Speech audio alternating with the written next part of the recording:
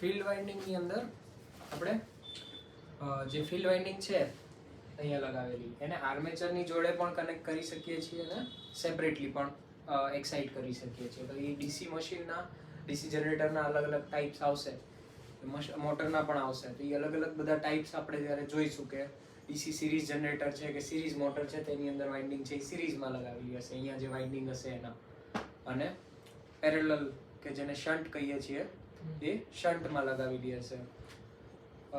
Compound ઘણી બધી ટાઈપના અલગ અલગ આવશે, એ ત્યારે જોઈશું. સો આ આપણી મેઇન ફિલ્ડ વાઇન્ડિંગ છે. એનું કામ શું છે? ફિલ્ડ પ્રોડ્યુસ કરવાનું, નોર્થ સાઉથ વાળું જે હતું એ. એના પછી યોક. સો મેઇન આપણે જે મશીન છે એની બોડી હશે એને યોક કહીશું. તો યોકની અંદર नट बोल्ट નું फिटिंग ने वो बनावेलू हसे कि जेना लीधे नट बोल्ट का फिटिंग और ऐसा सब बनाया होगा कि जिसकी वजह से हम पोल को उसके अंदर फिट कर देंगे. ठीक है, मैं लैंग्वेज स्विच कर दूं तो मुझे बता देना एक बार कि सर गुजराती हो गया. ठीक है, वो पोल उसके अंदर फिट करेंगे तो उसकी वजह से क्या होगा वो सपोर्ट करने का काम करेगा योक जो है वो. सो योक के बहुत सारे काम है. एक है कि वो उसको हाउसिंग देगा कि सब चीजें हैं वो उसके अंदर रहेगी. Second thing, it will provide a path for flux. तो यहाँ से जो भी फ्लक्स जा रहा है उसको रिटर्न पाथ देने का भी काम करेगा योक. सेकेंड थिंग इज कि वो आउटर प्रोटेक्शन भी देगा. कहीं पे कोई भी चीज बाहर से आ रही है तो वो डस्ट या पानी वो डायरेक्टली वाइंडिंग पे नहीं चला जाएगा. ओके, ये योक है वो लेमिनेटेड सिलिकॉन स्टील या तो डायनेमो स्टील से ही बना होता है. एंड वो एक सिलेंडर जैसा होगा, सिलेंडर के अंदर सब चीजें रखी होगी. Okay, next thing armature. तो ये जो हमारा है वो सेंट्रल पार्ट, ये क्या है?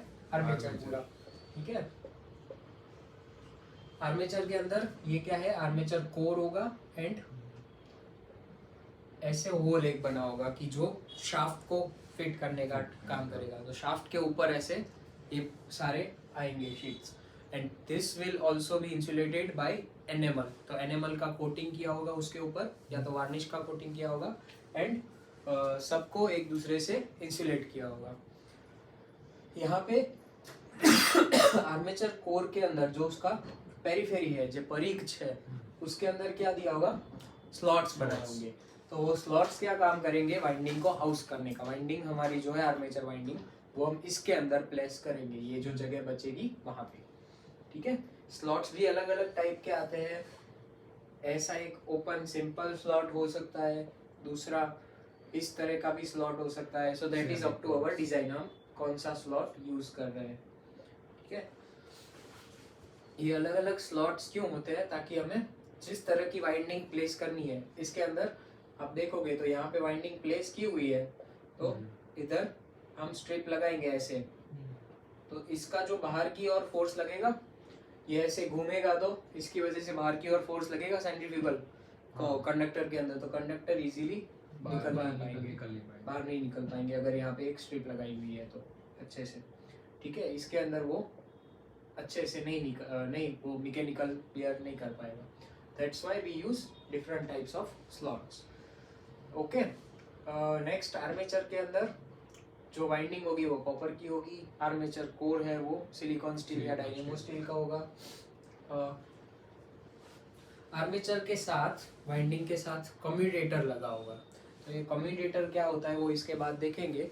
कम्यूटेटर जो आर्मेचर है हमारा, so for example this is our shaft and यहाँ पे ये आर्मेचर का पार्ट है. तो ऐसे इसके साथ कम्यूटेटर लगा होगा जिसके अंदर बहुत सारे सेगमेंट्स होंगे. इसके साथ कार्बन ब्रश लगाया होगा एंड उस कार्बन ब्रश से हम सप्लाई बाहर लेंगे. ठीक है, तो कुछ कुछ ऐसा होगा.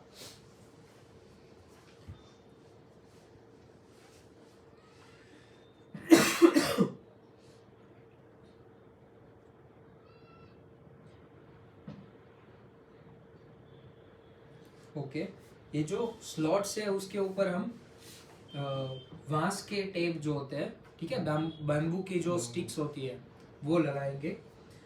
इससे क्या है वो बाहर नहीं आ जाएगी हमारी. तो वेज स्ट्रिप जो है उससे या तो फिर जो हमारी बाम्बू है उससे ये वाली स्ट्रिप बनी होगी. ठीक है, अभी कम्यूटेटर उसके साथ लगा दिया, लेमिनेशंस। ओके, कोर के अंदर आप इसकी आर्मेचर की कोर के अंदर कहीं पे स्लॉट्स रखने या होल्स रखने तो भी रख सकते हो, डक्ट्स ऐसे, ठीक है। तो उससे क्या होगा, एयर सर्कुलेशन यहाँ से हो पाएगा एंड उसकी वजह से कूलिंग मिलेगा इसको। सो रेटिंग ज़्यादा होगा तो बहुत ज़्यादा हीटिंग होगा, हीटिंग होगा तो उसको कूलिंग देंगे तो उसका रेटिंग और बढ़ पाएगा। तो उसके लिए ऐसे डक्ट्स भी बना सकते हैं, अलग अलग शेप के भी हो सकते हैं, ठीक है। इसको स्पेसर भी कहते हैं। Next thing is armature winding. अभी आर्मेचर वाइंडिंग के अंदर क्या आएगा, मेन तो पार्ट है कंडक्टर हमारा, ठीक है। तो ये स्लॉट है, स्लॉट के अंदर हमने कंडक्टर लगाए, कंडक्टर के आसपास एक कॉटन का टेप आएगा जो क्या काम करेगा, इस कंडक्टर्स को इंसुलेट करने का। Okay, so that cotton tape will provide some insulation on that and उसके ऊपर आएगा इंसुलेटिंग पेपर। तो ये एडिशनल इंसुलेशन प्रोवाइड करेंगे, इंसुलेशन पेपर। अलग अलग हो भी सकते हैं, ये एक जनरलाइज्ड आपको बताया हुआ है। एंड स्लॉट को बंद किया होगा ये वेज स्ट्रिप से, ठीक है। चलो नेक्स्ट,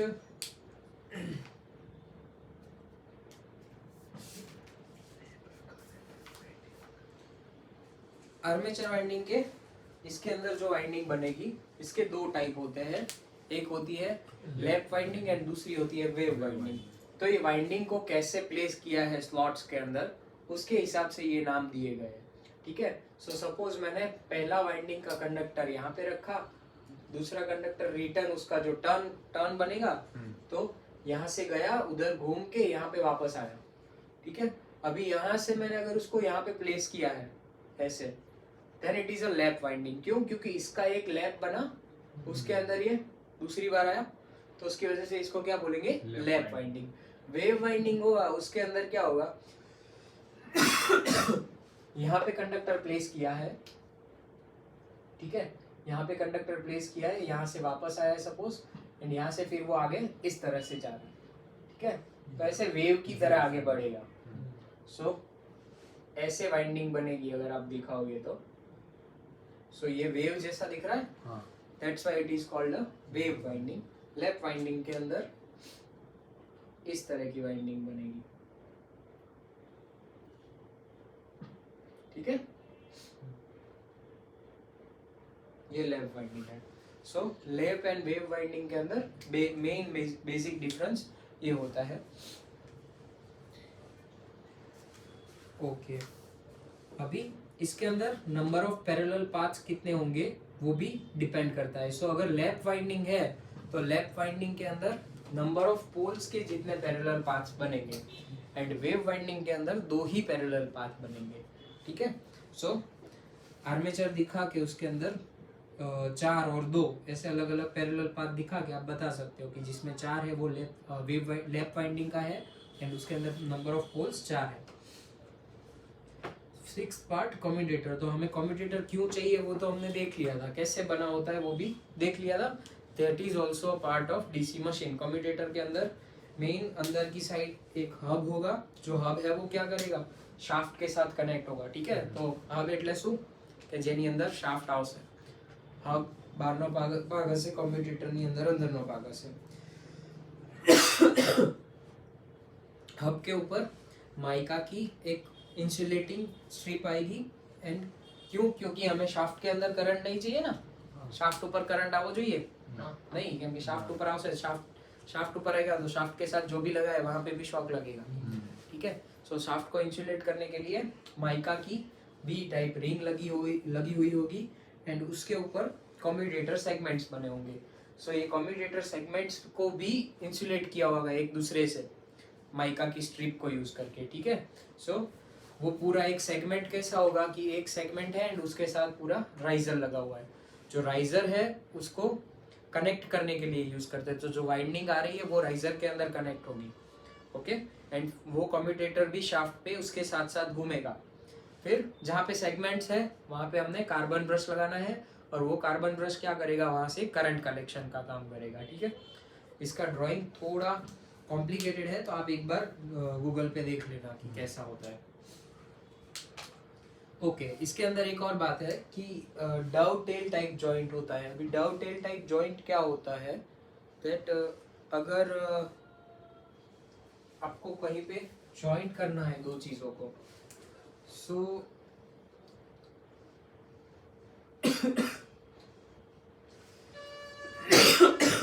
एक इस तरह का पार्ट है एंड दूसरा है वो इस तरह का स्लॉट है, इसको बैठा पाए वैसा, ठीक है। ड्राइंग में वैसे नहीं हो पाएगा। ओके सपोज ये दो चीज़ों को मुझे जॉइंट करना है, ठीक है। तो अगर मेरा ये जो इस साइड का हाथ है उसका मैं शेप ऐसा रखूँ, ये जो डवटेल बनाया वैसा, ठीक है। एंड दूसरी साइड, ठीक है, ऐसा रहेगा, आगे से थोड़ा ब्रॉड पीछे से बंद। एंड दूसरा जो स्लॉट बनाया है वो आगे से थोड़ा ब्रॉड रखेंगे तो क्या होगा, इस तरह से दोनों जॉइंट हो जाएंगे। सो अगर उसके ऊपर ऐसे सेपरेटिंग फोर्स लग रहा है तो वो अलग नहीं हो पाएगा, ठीक है। So such kind of joint is called dovetail joint. तो ऐसे जॉइंट्स वहाँ पे यूज किए होंगे हमने कम्यूटेटर को फिट करने के लिए शाफ्ट पर, ठीक है। Next 7th part brush and brush holder. तो ब्रश एंड ब्रश होल्डर के कौन कौन से पार्ट्स होंगे। सबसे पहले हमें ये जो कम्यूटेटर हमने बनाया है इसके ऊपर से कलेक्ट करने के लिए ब्रश चाहिए। तो उस ब्रश को कैसे लगाएंगे, वो कैसा होता है। सो एक ब्रश का मेन कार्बन एलिमेंट होता है कि जो ब्रश एलिमेंट कह सकते हैं कि जो काम करता है मेन करंट को कलेक्ट करने का, जो घिसता है एक तरह से बताए तो, ठीक है। तो उसकी एक साइड है वो घिसेगी। सो अगर ओवर द टाइम स्पार्किंग बढ़ जाए तो ये ब्रश को फाइन करके प्रेशर बढ़ा के या तो फिर रिप्लेस करके हम काम चला सकते हैं। इसको किसी चीज़ में रखेंगे वो होगा ब्रश का केसी। सो ब्रश बॉक्स और ये ब्रश एलिमेंट या तो ब्रश, ठीक है। इस ब्रश से करंट कलेक्ट करने के लिए एक कंडक्टर लगाया होगा, ठीक है, जो थोड़ा फ्लेक्सिबल होगा। So this is that conductor and वो कंडक्टर भी, ये ब्रश का बॉक्स है वो पूरा किसी बॉडी के ऊपर होना चाहिए। सो ये हमारी ब्रश बॉडी है, ऐसी होगी कुछ, एंड उसके साथ लगी होगी ऐसे स्प्रिंग। तो ये स्पाइरल टाइप की स्प्रिंग है, उसके साथ ये लगा होगा और वो इस ब्रश के ऊपर मैकेनिकली प्रेशर दे रहा होगा, ठीक है। चलो फरीથી બનાવી દો આપણે।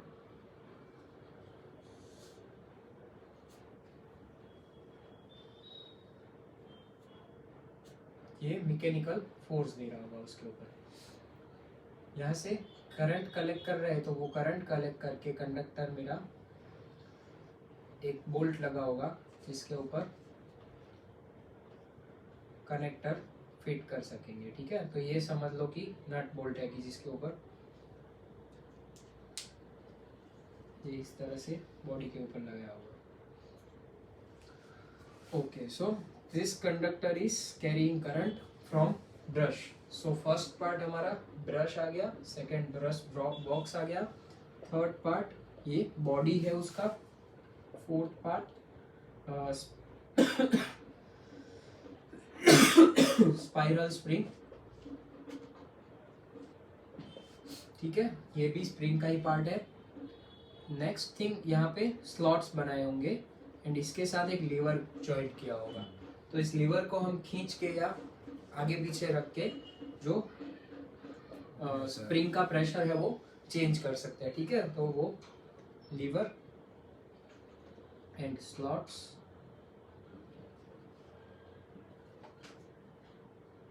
ओके। अभी क्या बचा है, स्प्रिंग फिटिंग माटे नट बोल्ट, स्लॉट्स आ गए, ठीक है, एंड फ्लेक्सिबल जॉइंट। सो ये हमारा फ्लेक्सिबल जॉइंट,